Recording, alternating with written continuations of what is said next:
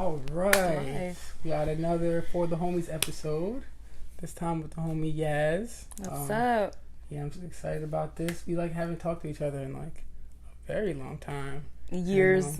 Honestly, years. Yeah, many years. And throughout that time, I've watched via social media her create this business and this brand. And I've been supportive from afar. Looks like you're killing it. You're on a dope ass path. Thank you. Yes. I have my fashion company starting to pick up some steam and some, momentum here. It's still just me, but I'm slowly gathering a team, which is actually really exciting. I just spoke to a woman who's going to be helping me sew, so I don't have to sew all of these pieces myself anymore.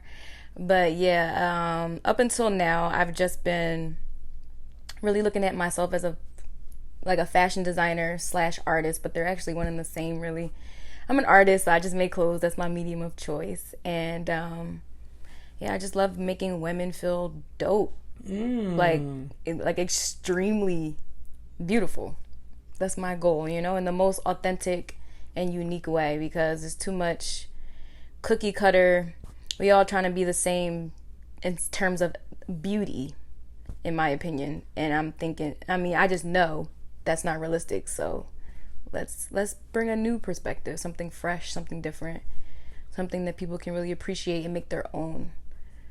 That's beautiful. That definitely goes with the brand of you making every single piece. It's they're all one of one. Most of them are one of one. I would say 98% of them are one of one. But I also have done small drops. So I'll do maybe 5 of one sweatsuit. Okay, 5. So it's very, very limited. But I love the exclusivity of it too, because we're all individuals. So people should have something that's as unique as possible. And it's also, that becomes a more specialty item at that, when you approach it from that perspective, which I also love, because everyone wants something exclusive. Yeah, that is pretty cool. Not gonna lie, I wore my cool shirt because I knew I was with a fashion designer. It was a little exclusive joint. I'm loving this. Yeah. I'm loving this. Where'd you get it from? Oh, this is actually a friend of mine from Bangkok gave me this. Let me see. Can I feel it? Is this silk? Are you rocking the silk shirt? I think it might be. Oh wait, yeah, it does feel. I could tell by the drape that it's something. It's not cotton. Yeah, it's cool. It's nice. I totally forgot about it, and then when I came back from Ecuador, it was in my closet, and I was like, "Yo, this about to be my joint." It's a good look. But, it's definitely a good look. Yeah. That's dope. That's here nor there. So I wanted to ask, so there'll be someone personally, and you create these pieces for them. How? You mean my clients? Clients, the people you're creating them for, you already, at least sometimes, have a relationship with them. Most times, in the past, when I first was starting out, I would make clothes for people who knew me or who I knew. But now, honestly, I'm getting clients that I've never met before. They're just finding me on social media. Hey. So there is a consultation process that has to happen where I am gauging their own personal style. Because another thing about how I create, and especially if I'm creating something one of one for someone else, I have to incorporate that person's individual style. Okay. So we do a consultation. I'm feeling them out. I'm listening to them. We're just talking. I'm just learning them as a person. Seeing where they are. Are they conservative, or do they like to dress a little bit more, show more skin? Are they more free? Just gauging their mental and then reflecting that in the garment that I produce for them, which is really cool. So we're almost building the piece together in a way, or it's my interpretation of their essence. Wow, that seems so much more special. I'm imagining going through that process with you. And I don't know what would It is a process, because depending on the garment, there's sometimes multiple fittings, because the pieces have to fit right, So, and it's just constant communication. Right, of course. Yeah, because it's always like something they don't like. Want to take out this, add this, make sure that everything's right. Mm-hmm. Word. Okay, so now I've just got questions for myself. Like, so, Shoot, go ahead. so Go if I ahead. wanted to like, what was I about to say? Oh yeah. So if I wanted to buy my own thing, like what are prices running? Like as far as like Well, pants and customs. shirts. Any custom starts at $200, with the exception of an accessory. So like a hat or a scarf, that's less than $200. But anything else, like shirts, bottoms, jackets, starts at 200 and can go all the way up to in the thousands. Honestly, depends on if you want a gown or something for a more formal event. Obviously, those garments cost $1,000 and up. That's so cool, and I feel like that gets the business mind flowing of how do you attribute value to each specific That is the question of the hour. That honestly is the question of the hour. That has been something that I have been thinking over, changing, revising over and over and over again since I literally started the business. Because how do you put a price on what you do? I mean, as an artist especially, and especially if and the experience becomes so personal, but also from a business perspective, it is a quite luxury service since I'm essentially catering to my client. Right. So, but then there's also the element of my craftsmanship as well. So I've been going on this journey of just developing my craft so that I can, charge the prices that I want to charge. So I've always been juggling it. I know where I want to be, and I definitely want to provide a luxury service, a luxury product, and like an exclusive service essentially to my clients. So I know that comes with a certain price point.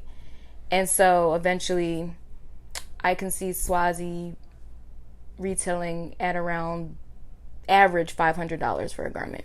I've always had difficulty defining my value, right?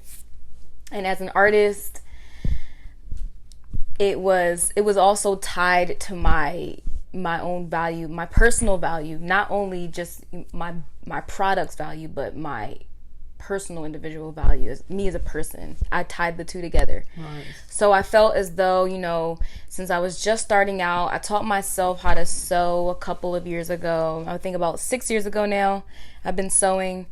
And so, yes, I had all of these really cool new ideas and I was very attentive to people, but I felt as though my workmanship wasn't at the level, it wasn't at the Prada level, the Gucci level in terms of the construction and things like that. So I did struggle with that. I was thinking to myself, how can I possibly charge $500 for something that doesn't necessarily fit perfectly, you know what I'm saying? Right. Even though this is the idea is gold, but the execution I would say wasn't there, you know what I'm saying? Bronze. It was bronze. Yeah. No, it was bronze. It was bronze. It was definitely giving bronze. But craftsmanship honestly takes so much time, and I feel as though people forget, or they don't remember, they don't think about how much time is spent developing your craft. And that is one of the main reasons why Chanel can charge $25,000 for a wedding dress, because it takes 20 years to even learn how to develop the techniques that those dresses, that comes with the making of those dresses. You know what I'm saying? Yeah, right.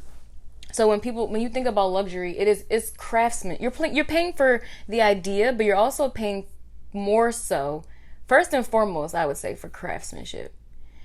So my value is determined upon, yes, the idea, but I'm looking at it now from a standpoint of how proficient am I in my craft. So that's how I determine my value. Okay. And so with that being said, the price just keeps going up. It's going to just keep going up because I'm going to keep getting better. The more hours I put in, the more years that I put in, the more focus, the more energy that I put into my garments, it's going to just refine itself.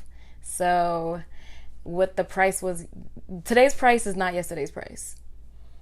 Right, okay. Do you ever worry about like pricing people out? Like just going like getting too hot so that... I mean, at first I was really thinking about that. I'm always considering the client's pockets, and I think that's one of the reasons why I haven't solidified my target audience. Because a lot of my target audience now, a lot of my clientele are peers, friends, people who see me on Instagram, a lot of people in Philly. And realistically, the type of product that I'm aspiring to create is more for, I mean, it's going to be a high-end experience. It's a high-end experience and a high-end product. So yes, I really, really did try to just be considerate of who I'm around, who I'm serving. However, I'm starting to kind of graduate out of that. Right. I'm going into a new level. Which is fair. Just like I recently watched the Kanye documentary on Netflix, and like once he got to a certain level, like he can't be like giving beats out to the bulls on the street or whatever in the local clubs, when he also has like Jay-Z and Beanie Siegel asking for beats. Exactly. So that's another value thing too, and it's just also about just valuing myself. Like, how much do I even value Swazi? How can I make, if I want to make a living, I'm not going to, it doesn't make sense to essentially shortchange myself to appease someone else. That's facts. So I have to, when we talk about value, it's so deep because it's like, how do I value myself? How do I value my own business, my own work? And just putting myself, always considering others, but at the end of the day, we always have to make sure that we're good. If I'm going to be able to make a living and build a career off of my ideas and off of my skills, then I have to respect my own craft. 100%. If I don't respect my craft, who's going to respect my craft? No one. So at this point, like, I love everyone who has supported me, up until now, and who will continue to support me. And I'll always try to find ways to incorporate and build a community, because ultimately it's about a lifestyle and a mindset first and foremost before it's a product. It's a state of mind, a state of being. So I feel as though that's inclusive to a lot of people, even if you can't afford it. You know what I'm saying? But at the end of the day, Swazi is a gem, and it should be treated as such. That's beautiful.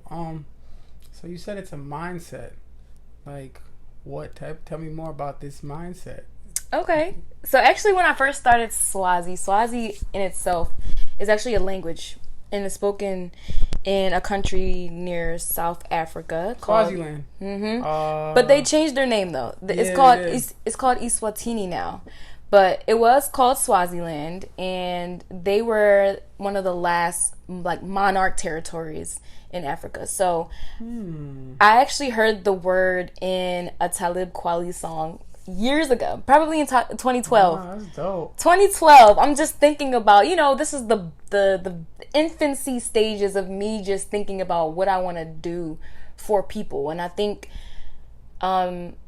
my whole motive for building a brand was really I feel as though I'm a psychological scholar first. I'm very, very, very interested in how humans think. I'm interested in how we behave, how we react to each other, how we interact with each other, and specifically from the standpoint of beauty and knowing of the self, because we make so many decisions, and I feel like we don't honor ourselves enough, especially as women. So I really wanted to focus on the mentality of beauty and how women perceive beauty. And so back to Swaziland. It's one of the last monarch territories in Africa, and I thought the word just sounded so cool. It was something that was memorable. It stuck out to me. And so I was looking it up, and seeing that it was one of the, last places where they had kings and queens, I wanted to take that as a symbol of just elegance and just strength and a higher self, essentially. Looking at yourself as your higher self, looking at yourself as a queen, as someone of value, as someone of power, as someone of strength. So that became a symbol of the things that I was trying to emulate in my clothes. I mean, women, we are strong, and contrary to how history has portrayed us and how people treat women, there's a strength, a very, very silent strength in women that is not respected. And I feel as though that's also another component to the brand that I really want to emphasize, is not only elegance and this regal nature, but also a power, like a very covert power of just untouchable. It's almost like you can't unfuckwitableness. You can't fuck with me. Like a self-assuredness is the energy that I want reflected in my clothing.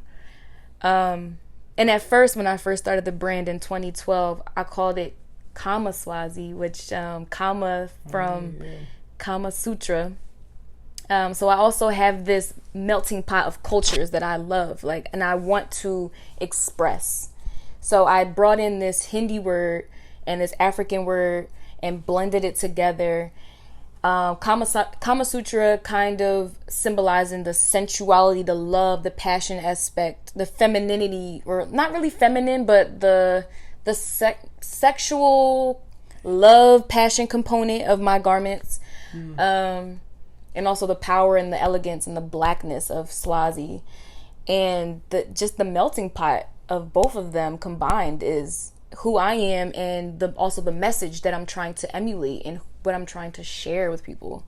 I feel as though we should be highlighting multiple cultures in high fashion. High fashion is so niche in its way that it only highlights this era of this very old French and English aesthetic, and we need to incorporate the Chinese high collar, or like the embroidery of like a sari or something like that in a high fashion way. And that's also something that I feel as though is very important, because we have to start to appreciate differences and not, discriminate or segregate as we have been doing in the past, but recognizing these differences at the highest level. It shouldn't be just one culture as is the epitome of beauty. Right. And that's where I'm like, nah, we got to change that.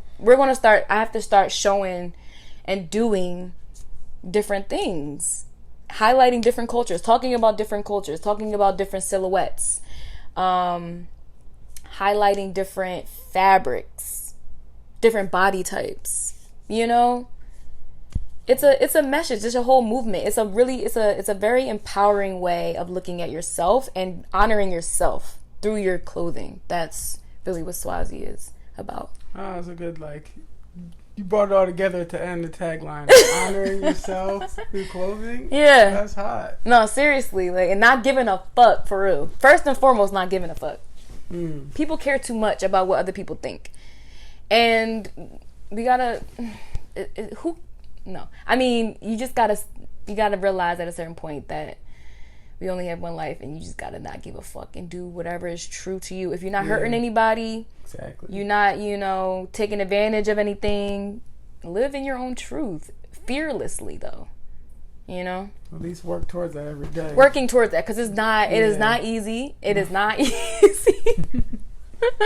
And that comes with maturity and experience, and just observing life and observing your own self and how the role that you play within, the fibers of life and shit like that. But, being kind to yourself it's a journey. So I'm not even going to sit here and say just do it. Right. It's never just do it. It's just be aware of it and work on it. That's more so what it is. Acknowledge it and embrace it. I love that. I love the energy behind that. I definitely I sparked something. You said so many things that still be touched on, which is great. Well, one thing that really stood out to me is you said it's I guess as a representation of Swazi is covert power. Yeah. Which is cool because if I look back at our relationship or what I know about you, I can definitely see you've always been very low key in the back, just doing your own thing, but you had that some sort of I want to say confidence. It wasn't confidence, but it was also there was some lacking confidence there as well. At least from me being able to see you 6, 7, 8 years ago or whatever. But I knew there was just the energy that you kind of walked about with it. I don't know, it's just, I guess not strength, but just kind of a knowing. You had an energy of I'll be good. I'm good. Mm-hmm. I'm good. That's kind of the vibe. But very, I won't say you didn't let people in, but I probably didn't let nobody in. But you were just very chilling. You just kind of pop up here and there every now and again. I see you. I wouldn't see you doing your thing, but you had a vibe of you got it. You're good. Mm-hmm. So I say all this to say is that I think where did you go from what I remember is I remember you being a little bit unsure. I remember you starting to be interested in sewing, and then I remember a lot of uncertainty of how can I do it? What should I do? Da da da da. And I remember you expressing this, and now you're at the part where you took those steps, you conquered those fears or whatever. How'd you get from there to here? What changed? And it's what I saw was my assessment even correct? Because I was very outside looking in. I mean, I'm definitely low key. I don't really like to do too much. I like to observe. Definitely just watching. And I was unsure of what I wanted to do with my life for a long time. And even though I was interested in fashion and I had this idea and I knew what I ultimately wanted to do with my life, but I didn't know, I was always unsure, am I going to be okay? Am I going to be able to make a living? Am I going to even make an impact? There were so many uncertainties because, yes, I'm an artist, but I'm also quite practical at the same time. So I was always apprehensive to fully take those steps, fully commit and just say fuck it. But I think over the years, just being in it, just being committed to it thus far has given me, and knowing the impact that I've already had on people, I just thought, I'm already in this. I'm in it. I can't quit. Yeah, I'm in it. I might as well really dive in it and really open myself up to making this, fulfilling this purpose, essentially. I feel as though I found my purpose. I knew my purpose young, but I wasn't brave enough, confident enough to fully step into it. And even now, I'm 29. I turned 30 in a couple of months, but even now, I feel as though I haven't fully stepped into that role yet. Not 100%. Okay. I think that when I leave Philly, that's when it'll happen. Oh, well, that's the segment that there's so many things in my head. So yeah, we talked about you potentially wanting to take that next step. Mm-hmm. What does that look like for you? What are you planning on? What you plotting about? Oh my goodness, I've been talking about going to so many different places forever, honestly. People are probably like, all right, when is she going to go? Because that's been a big thing for me. So, you're definitely right about me not having, when you were observing me years ago, not having confidence, but also not having confidence at the same time. It was literally both. I was so afraid to, I think, step out of my, just to welcome the world, or to just to go into the world. I think I was very intimidated by that. So I always made excuses. Like, I'm good here in Philly. I'll just, like, you know, I hadn't stepped out of my shell yet completely. Right. Gradually, it's been happening, but that's fire. Gradually, it's been happening, but I hadn't been fully taking that step, and I think that's just the next step. So I did go to Europe for a little bit. I was in London. I studied at Central St. Martin's for a little bit, and I took a certificate course there at the school where Alexander McQueen went to, who's my favorite designer.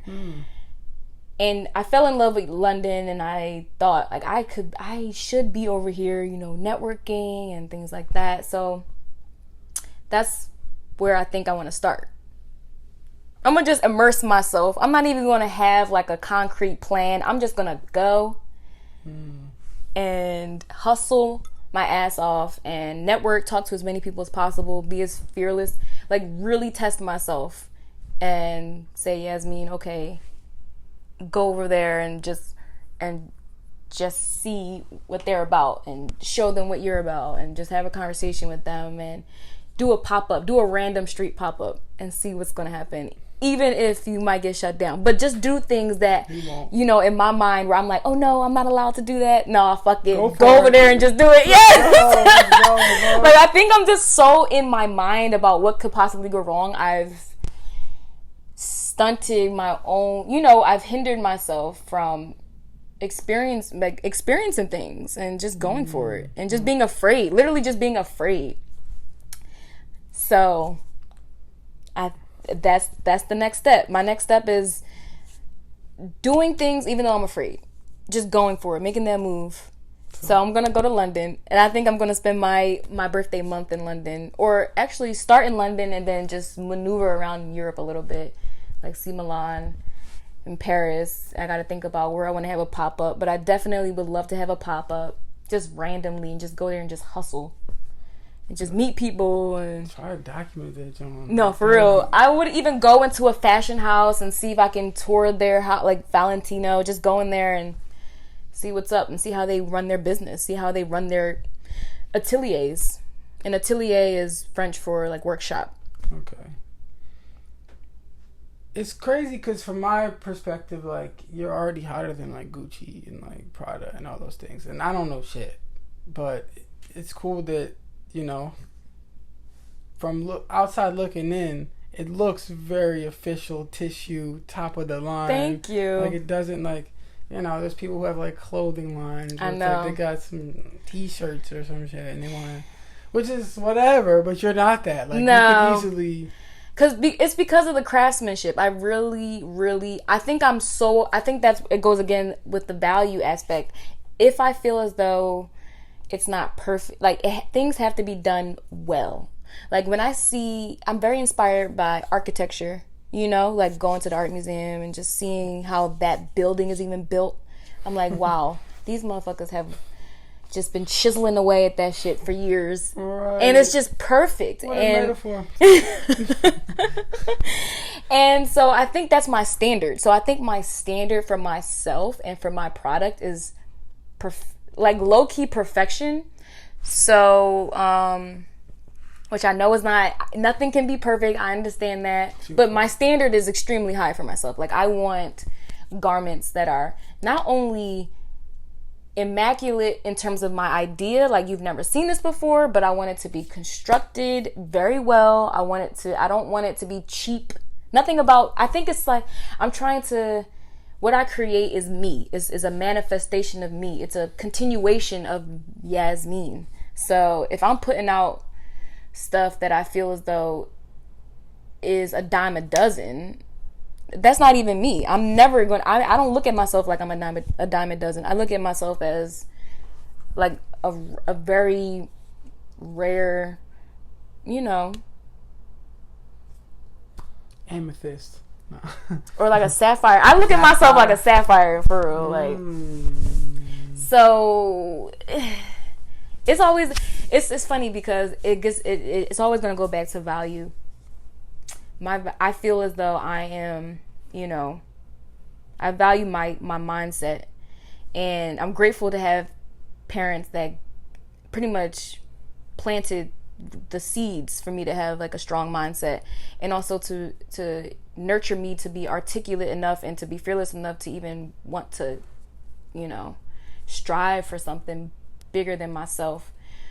And I feel as though I always felt like I had a very ambitious goal, and I think that also scared me. I'm like, well, I can't, you know, everybody's a designer, or designers don't make money, or only certain designers make money, or certain artists make money, and all of these external factors, they run in my mind, and I allowed them to control the direction that I walked, my path. Honestly, I allowed them to hinder me for a long time, up until literally probably today. I mean, honestly, today, not today, but very recently.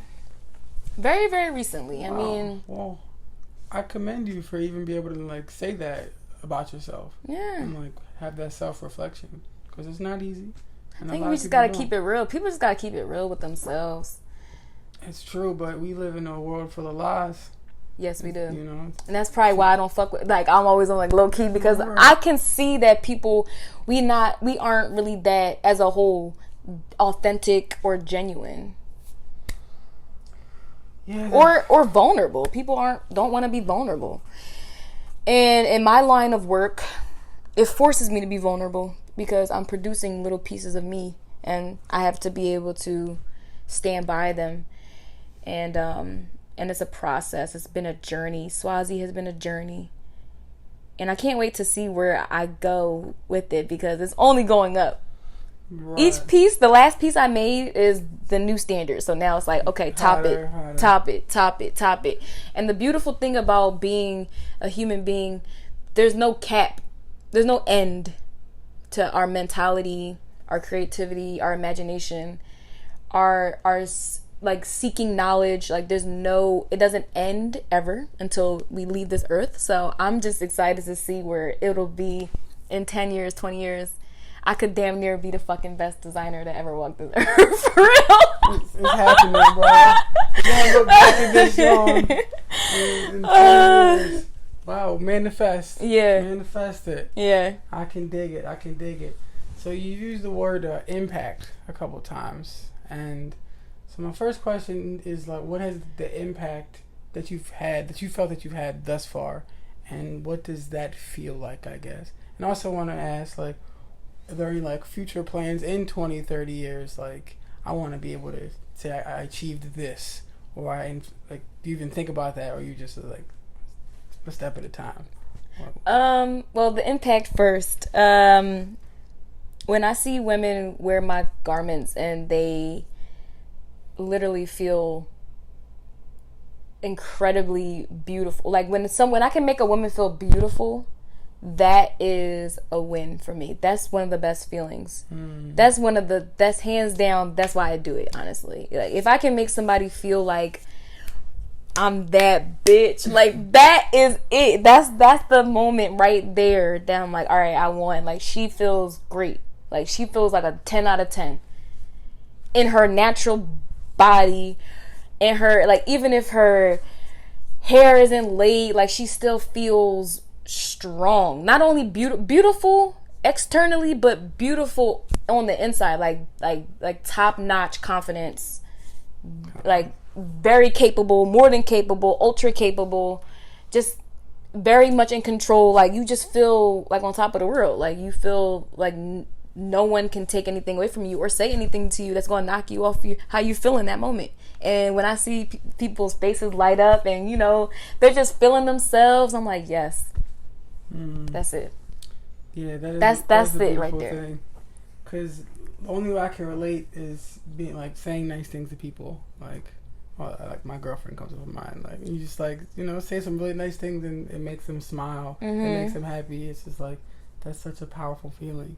And to be able to like create some extremely immaculate clothing and then see like the face on the person that you give it to, I could only imagine that's probably pretty powerful. Yeah, I mean, I just want people to feel good about themselves, especially women. I think we have a difficult time as women in this society, especially young girls, you know, there's so much pressure for them to have a certain look, or to carry themselves in a certain way. And I'm trying to get them to move away from that, you know, really embrace how they currently look, not who they think they should look like. Right. That's really a problem. Psychologically, I feel like that's definitely, that's almost cancerous psychologically to want to look like someone or something that you're not. Yeah, that seems like the roots of cancer, low key, like for real. Like it just continues misalignment. We're all misaligned. Misalignment is the perfect word, because you're not walking in your truth, and you haven't accepted yourself. You haven't truly embraced yourself and your flaw, or not even your, well, it could be your flaws, or just like whoever you are, just you. Your desires, how you want to engage in this world. I don't know. That's a hard question. Okay, what's another word? The other word you used was making a living. That word stuck out to me. I want to know, like, when it comes to, so say there's a point where you are making a living, like you feel comfortably making a good amount of money, doing what you love. Like, how far are you from that? Do you think you're farther from that than the beginning point, or do you think the beginning point is farther? Does that make sense? I'm definitely closer to where I want to be than I was when I started. Well, are you closer to where you started right now, or do you think you're closer to where you wanted to be? I'm closer to where I started. I still have, I still got some ways to go. But I mean, I'm hoping that when I make this leap, when I start really walking in my purpose fully, really committing fully, then I don't think that money will even be an issue. It's just more so, I'm a firm believer in attracting money rather than chasing it. Yeah, I like that. So I think once I'm, you know, confident in my own value, and I have systems in place that just make the way of conducting business flow effortlessly, then things will flow effortlessly. And just really being committed, really being hustling, essentially, making sure that I'm marketing myself, advertising myself, working on my craft, making sure my product is pristine, making sure that, you know, positioning myself so people even know that I have this product, you know what I'm saying? Keep going. That's more so where I have to get to. I mean, I'm going in that direction, but I haven't fully gotten there, and having a team will help me get there faster. Ooh, that's a whole nother thing. So, because I cannot you can't physically run a business by yourself and make the money that I essentially want to make. You know what I'm saying? I can't do it by myself. So 2023, people gonna be on payroll. Hey, that's cool to like get into that point where you can think about that. Okay, so my last question about Swazi, I guess, is as far as it's just you. How, like, are you just working the ass off all the time, nonstop? Like, pretty much case by case. Like, I feel like I'm very project driven.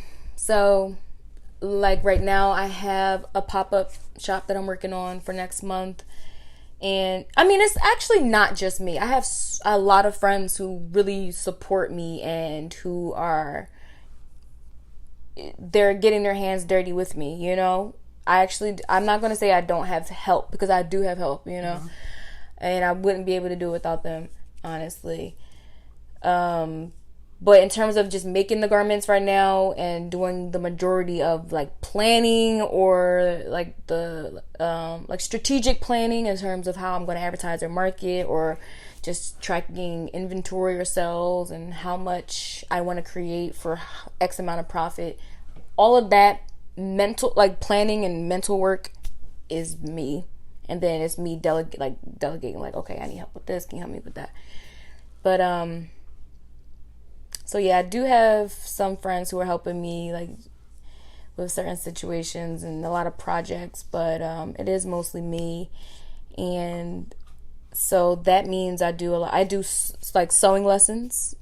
Oh, like you give sewing lessons? Yeah, I teach sewing lessons. I do styling. I do like the pop-ups are coming up. I do commissions. So like the last commission I did was a prom dress, and that's just me usually working with one person at a time. Right. So I can work with like, one person at a time. I can make one person a dress. I can teach one person sewing lessons. But I'm trying to scale up. That's the next goal. Scaling, trying to, instead of making one dress, let's make 10. How do we make 10? Or instead of teaching one person, let's teach 10. Clients is different because I have to work with one person at a time. I think that avenue of the business will be the same. And if that avenue of the business will be the most costly part of Swazi because that takes the most time, I'm really catering to the client.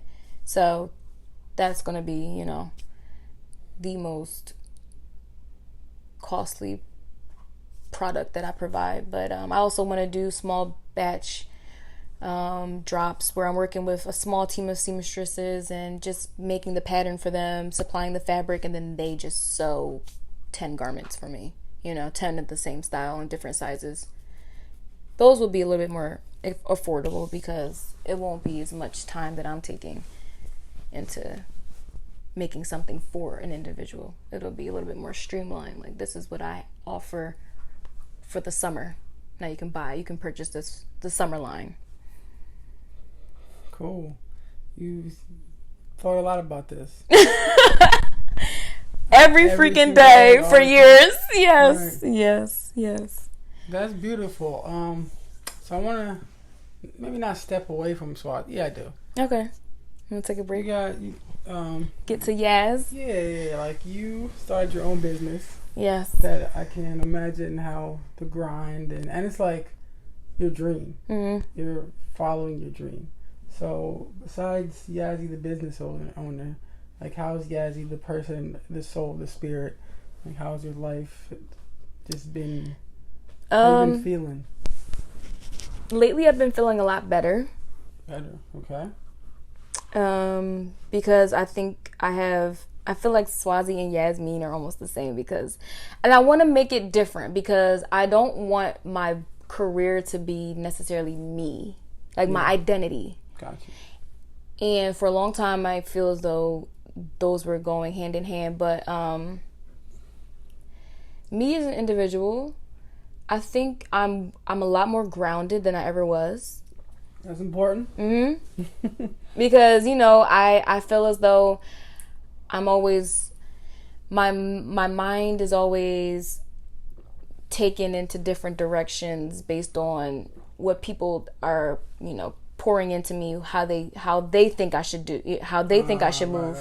Right. So I'm starting to kind of quiet that noise and trust myself more, like go with my own mind first instead of what these people who I deem as more accomplished or more skilled or in a better or in a are further along in their journey. I'm looking at them and I'm like, okay, maybe I should do this and do that. But no, more so just really being in tune with my own self and understanding my own principles. How do I want to live my life?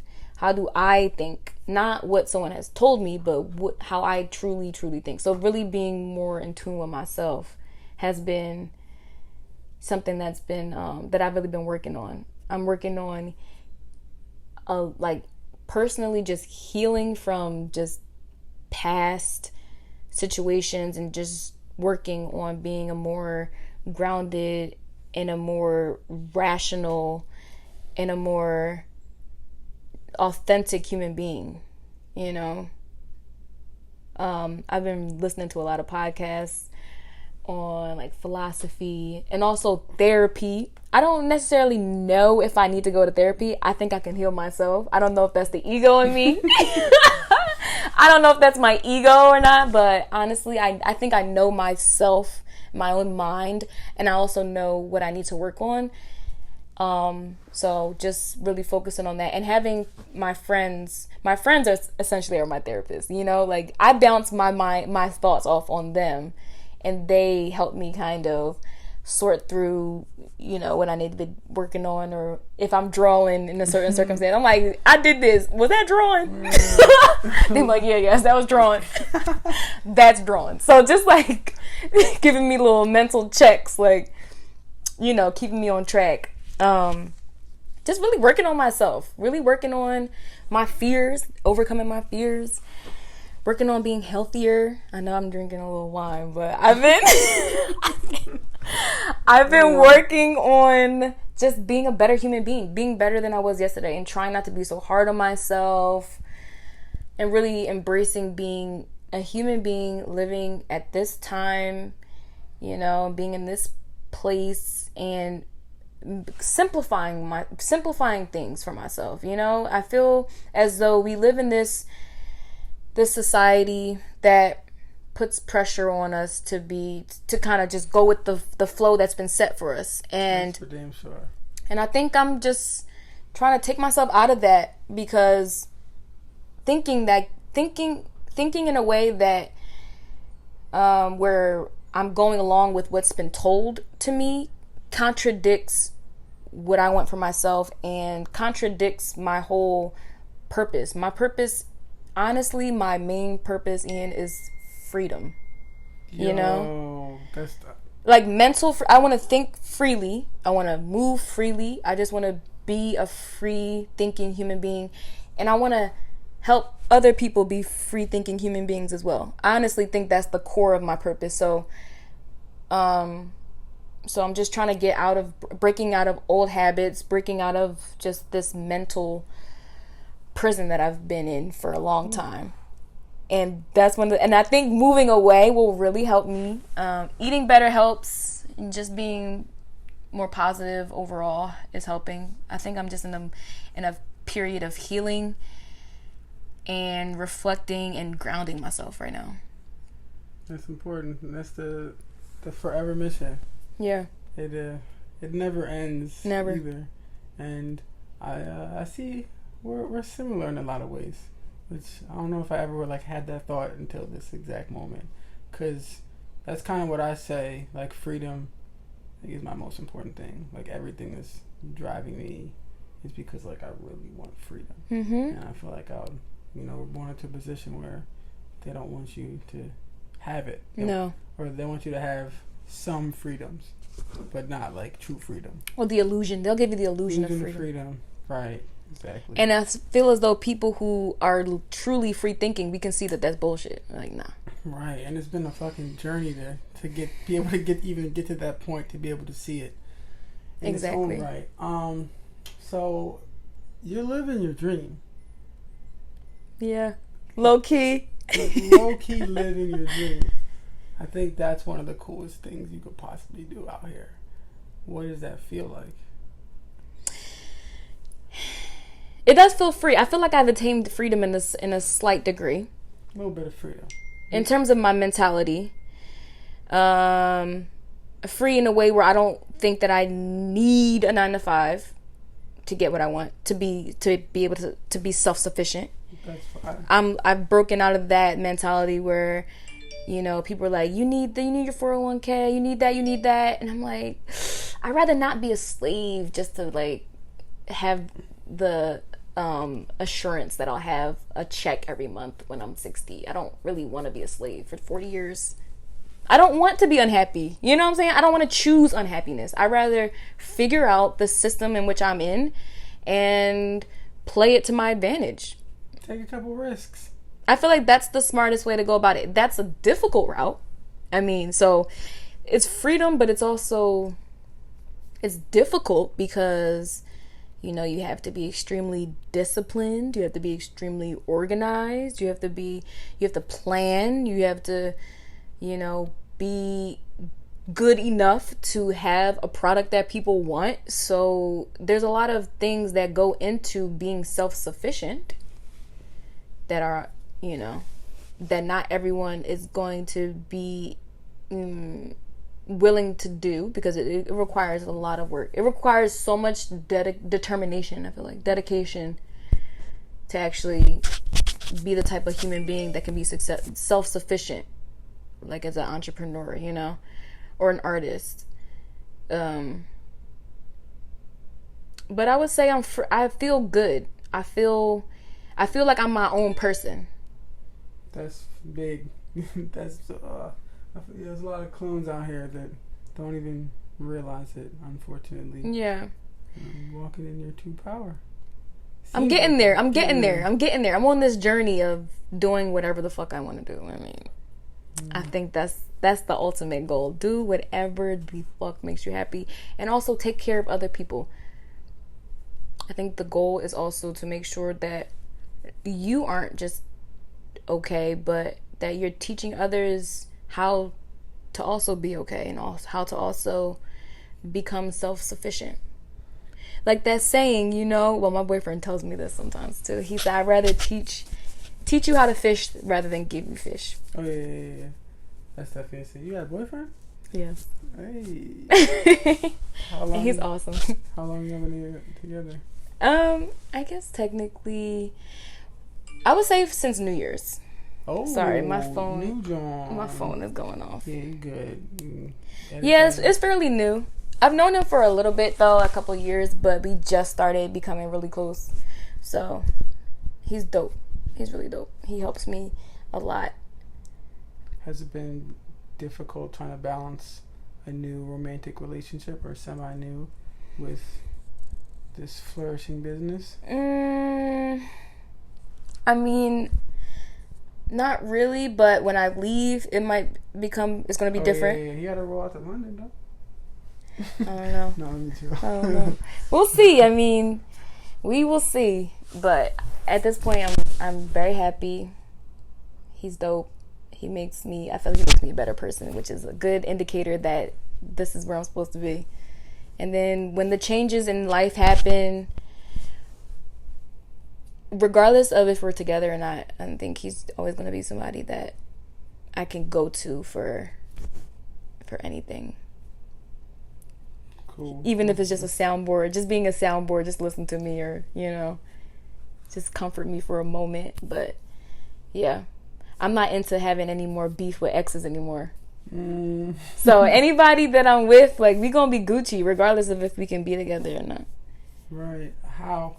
Like, what's it? Like, that's very easy to say now, but I'm gonna try to make sure. I'm gonna really work hard to making sure that it's amicable. If we're not seeing eye to eye, we gotta be mature enough to not hate each other. I don't want to hate you unless you betray me. I mean, let me stop there because there are circumstances that could happen where I'm not gonna fuck with you, and I'm not gonna give you any of my energy. But fair. I don't want to hate anybody either. I think that's too much energy. I just rather let you go on about your business. If you do fuck with me, or if you do betray me in any way, of course it's gonna hurt and I'm gonna be sour about it for a while. But I think for my own mental health, emotional health, I should just let that person go on, not care, not harbor things. Yeah, you can't be malice. Too attached. It's useless. It's not useless, but especially if it goes on for like any long extended period of time. If anything, it's just these feelings are trying to teach you something. Yeah. You gotta feel them, like get them on out of your body, and then continue on with your life instead of just like harboring, like pulling grudges and stuff. Yeah, that's creating that friction, that tension that really only hurts you anyway, right? Yeah. But yeah, we've all had some experiences where we had to, try to move on from whatever heartbreak. Absolutely. Yeah, that shit is real. Absolutely. I think I'm cool with most of my exes though, except for one. Right. Well, we don't gotta talk about that. Okay. Yeah. I mean, unless you want to. I don't know. Nah. Yeah. I think we could talk about that off wax. Yeah. Potentially, because I am interested. So yeah, what else? What else is going on? Like, I think this is a good joint. Is any you like to talk about Swazi, or I did I don't even know if we have to get into it, but the fashion industry kind of seems like a bitch. I was actually thinking about that last night because I was watching a documentary a fashion blogger. He has a YouTube channel, and he's just, you know, capturing all the behind the scenes of the industry. And I'm just looking at it, and I'm just low-key cringe about it, because that's like opposite of how I am too. It's very fake, and it's very statusy. It's very elitist. And I'm just like low-key cringed out by it, but maybe I'll have to experience it. I think I'm gonna just dive into it and maneuver within it, and then have my own, you know, judgments about it at that time. But from the outside looking in, it does look pretty pretentious. It's very status driven. I'm just curious to see how I would do within it, but I'm ready to jump into it though. Right. I'm ready to tell people about themselves, because people think that they're so on such a freaking pedestal. I'm ready to knock motherfuckers off their pedestal, like humble motherfuckers a little bit. Yeah. Because what are we really doing? You think you could, because they just, you know, compare. Oh, I'm wearing Balenciaga 2022. Are you wearing, what is that? Jimmy Choo 1998. Like, and nigga, what the fuck? And I'm still styling it better than you. Like, why are we really saying that this cotton or that tweed makes me more important than you? Just literally based off my clothing. That makes no sense. And that's another reason why I wanted to get into fashion too, because it's good branding. It's just, I feel like we dictate our behavior. Like, our behavior is controlled by literally like organic compounds, like fucking cotton. So you think you're better than me because your cotton has a collar, but my cotton doesn't have a collar. So you're smarter than me, you're more important than me. And it's like we base our self-image off of fashion. It's all illusion. Exactly. So that's one of the reasons why I got into fashion specifically, because we're so controlled by it. And so if I have something to say, I'm going to use fashion as an avenue to get my point across, because that's how people listen, people look, and people emulate off of what they see. And so that's how I'm going to get through to people. I feel as though that's the avenue in which I'm going to communicate my perspective, my philosophy to the people through garments, and really show people, like, yes, looking nice, looking your best is always good. However, people need to be humbled and understand that they are not better than anyone else. Especially not over your gender or your skin color or your economic status that you were brought into this world under. So I don't know. I feel like I'm gonna take a very humanitarian perspective. I'm gonna have that perspective when it comes to high fashion, and I'm ready for it. It's gonna be crazy. Whoop some ass while you in It's gonna be wild. I'm gonna get into so many debates, but I love getting into debates. I love challenging people's way of thinking. It's very, very fascinating to me. Well, man, I wish you the best on the journey, because, like I said, from my perspective, you're already hotter than like most of what Gucci comes out. Like, I don't really, you know what I'm saying? All that shit, Yeezy, like, a lot of it seems like some washed, like, indigenous shit for real. Like, it seems very recycled. Absolutely. But maybe it's because I know you. That could be. Let me be totally honest. But I also do think objectively, like, you're right there with the hottest shit. And you're just one person doing it yourself. Yeah. Imagine if there was I just train a bunch of people to just help me get my ideas out. I think that's really what it is. The team is going to make a break. It's going to really put Swazi on another level. The team. You want to start that? Like, have you even thought about, like, what would be the first edition? Like, how would you add a team? Well, the first edition is the seamstress. So I started talking to someone, so she's gonna help me make clothes. Hey, and then I have someone. I think like an assistant would be good, and then also marketing strategist. So those are my three, tiers. My three people that are gonna take me to the next level. Whoa. So if anybody out here wants a job at Swazi, holla at me. The House of Swazi on Instagram. 2 E's and the. Yeah, I'll have it in the description below. Right here. Like and subscribe. Like and subscribe. Love that. That's hilarious. But yeah, if anyone's still listening, like, thank y'all. We really appreciate. Hopefully, you might have known Yazzie like back at Central back in the days, and you're tapping in to see what's up with her. I don't know. It's cool to be in the flesh. Thank you for coming by. Thanks for having me. Honored and blessed for this opportunity. Oh, likewise, cool. Likewise. Like, it's a great reason to just hear about cool people who like used to just like chill and I don't know, smoke L's and God knows where. Right. God knows what we were doing. Just enjoying life, smoking weed, and enjoying good people around us. Honestly, I feel like we always had a thorough group of people around us. For sure. I feel like you would be popping it, like, I don't know, like, you would just in and out. Yeah, like, nigga, like, yeah, it's just like, she was there, she kind of wasn't there, but also was there. I don't know. Yeah, I just gotta open up to people more. That's really what it is. Well, now you said it, we can clip that and put it on your phone so you can remember every time. Cause open up. Open the fuck up. That's I don't know. It's interesting because that's one of my best qualities, but only on a surface level. Like, I'm very good at like opening up to people, but to a certain extent. You know what I mean? There's a lot of close shit in there too, but there's enough open shit where like people think I'm, open and extroverted or whatever you want to call it. I'm literally like in the process of going from an extrovert to an introvert. Really? You don't want to be extroverted anymore?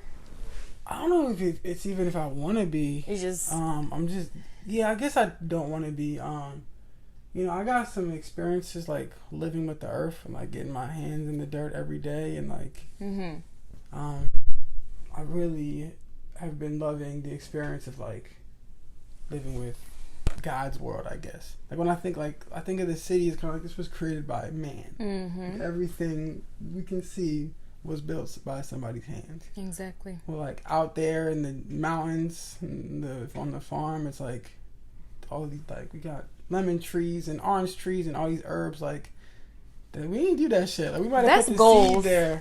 You know what I mean? Just to be surrounded by nature like that is goals. Exactly. So part of me is like, I feel like it might be difficult for me to do the city thing again. Even coming back here, it's just like, it's just so much, whatever the word is, it's on the tip of my tongue.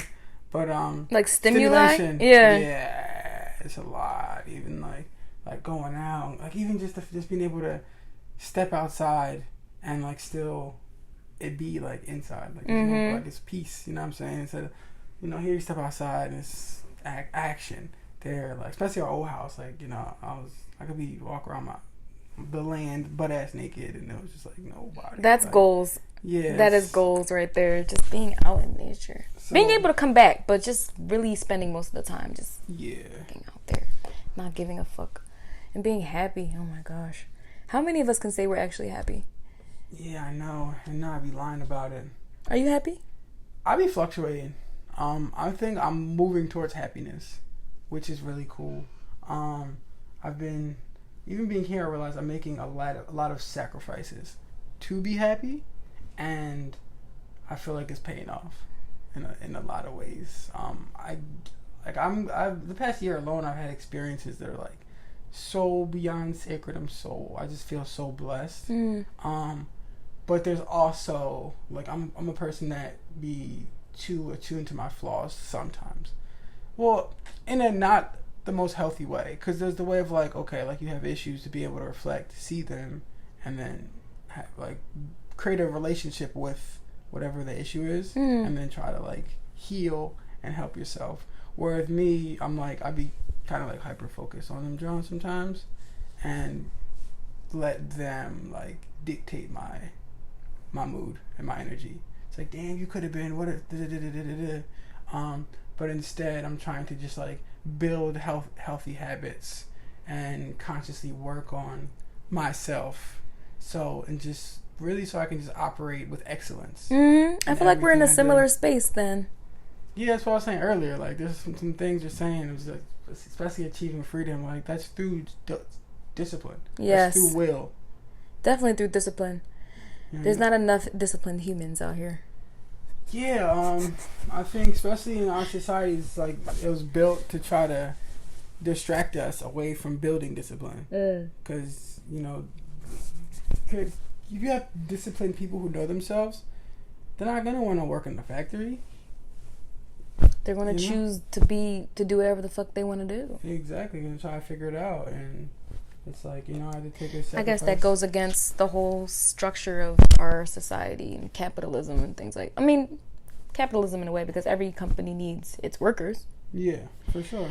But then that goes back to this concept where everyone has a role. Not everyone wants to or necessarily cares about being free in the same way that we do. You know what I'm saying? Yeah. So I think everybody does play their role. Some people are content with just being given a task and completing a task, you know? That's true. I would say, but more often than not, those people probably have a tendency to feel more unfulfilled. Yeah. Right? and even if they don't know it, it's just... Yeah. You know what I mean? I've had jobs like, I don't want to do this shit. And I'm like, I don't want to do this shit. And that's why I'm out fucking in the farm in Ecuador trying to do what I want. Like, I'm trying to do what I love. Like, so what do you ultimately want? Now I'm about to start asking you. Now the interview has flipped. Like, what do you ultimately want? Oh, freedom. But like in terms of like, how do you want to make a living? Oh, that is a good ass question. Make a living. I'm still exploring that. Right now, I work for a nonprofit where we're trying to create a spiritual community online, which is very difficult because it's hard to get people to do something they don't necessarily need, it's hard to show them how what we do is valuable without first getting once they experience it, you just more like, oh, this is pretty cool. But it's hard to get people like, this is something, because you don't really need what we're doing. You know what I'm saying? It's just people who want to open up and want to be vulnerable in a setting that is not always the most, what's the word? Like tangible? Or well, it's just online. It's just okay. Like, you know, it's not, it's easier to, I think, to really try to open up and have deep conversations in person as opposed to over Zoom. And, you know, that's what we're trying to breed this environment where people feel comfortable to like talk about things that so much taboo, so much you can't talk about this, don't think about this. Fuck taboos. Yeah, who created taboos anyway? Probably the CIA. Like, who's gonna tell me what I can't talk about? I love debating people about religion, or not even debating, just inquiring about their mindset on a taboo subject such as religion or politics, just to see. You get a lot of insight on how a person's mind works based on how their views on topics like that. So I think it's important to talk about things like that, even though I have witnessed them getting a little heated. But right. So I guess it takes a level of maturity, or not maturity, but maybe not being so attached to the concept that it's your identity, and then people feel offended when you know. Just how to read their energy. Yeah. You know what I mean? You can kind of tell when it's like people are feeling agitated. It's like, definitely. Maybe ease back. But sometimes when you get that, you want to like push the button. You know, it's like, nigga, you about to learn today, motherfucker. But yeah, what else? Also, the farm that we live on now is in the process of starting a soil consultancy business, and I want to be like an intricate part of that. And soil consultancy is very interesting because the soil that big agriculture uses is like pretty much, or is it acidic as fuck? The methods that we're using, it's pretty much just like void of like nutrients. Actually, it's interesting. The nutrients are in there. The microbiology, like the microorganisms that we need to eat them and then dispose. What they poop is a lot of what the plants eat. Mm-hmm. So what we're doing is we're killing the little flagellates and the fungi and the nematodes that have been populated in our dirt for thousands of years.